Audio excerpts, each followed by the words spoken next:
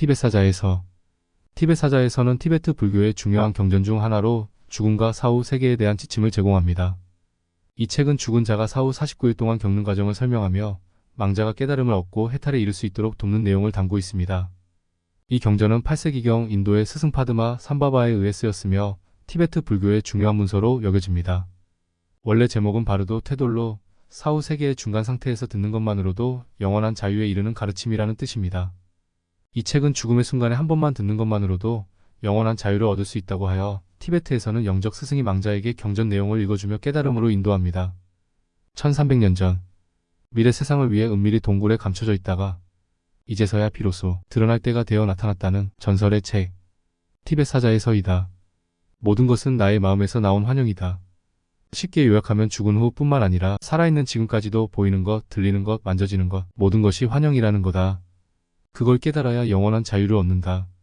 이 티벳 사자에서는 한번 듣고는 이해 못해도 죽고 나서는 이해할 수 있게 된다고 한다. 왜냐하면 죽은 후에는 지성이 9배나 맑아지기 때문이다. 그렇다면 엄청난데? 지금부터 1200년 전 파드마 삼바바가 인도에서 여행을 마치고 인도에서 얻은 신비한 경전을 번역했다. 그 책들은 108권이었으며 페이지 수도 각 수백 장이 넘었다고 한다. 히말라야 설산 여러 동굴에 한 권씩 숨겨놓았다. 파드마 삼바바는 죽기 직전 제자들에게 환생하는 능력을 전수했다.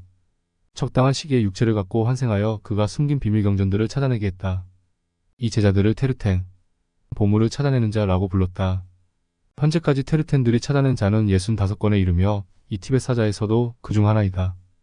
티벳 사자에서는 테르텐 중에서도 가장 뛰어난 인물인 릭진 카르마 링파가 북부지방의 한 동굴에서 찾아낸 비밀 경전이다. 지금부터 요점 정리 들어갑니다. 인간은 계속 환생한다. 칼 구스타프 융은 무의식의 세계에서는 인간의 모든 과거가 완벽하게 저장되어 있다고 역설한다. 현대의학은 죽음을 망치고 있다고 한다. 죽은 자를 못 죽게 하는 게 아니라 죽은 자 옆에서 올바르게 죽음을 맞이할 수 있게 도와주어야 한다. 기쁘게 죽음을 맞이할 수 있어야 한다.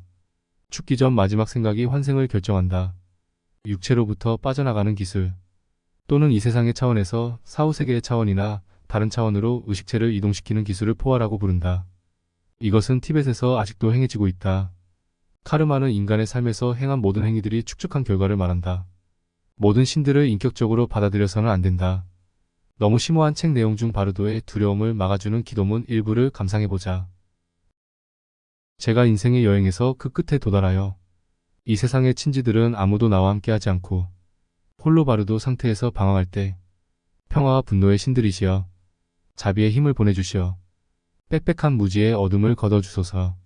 사랑하는 친구들을 떠나 홀로 방황할 때 제 자신의 투영들의 텅 빈 모습들이 나타날 때 부처님들이시여 자비의 힘을 보내주시어 바르도의 공포가 나타나지 않게 하소서.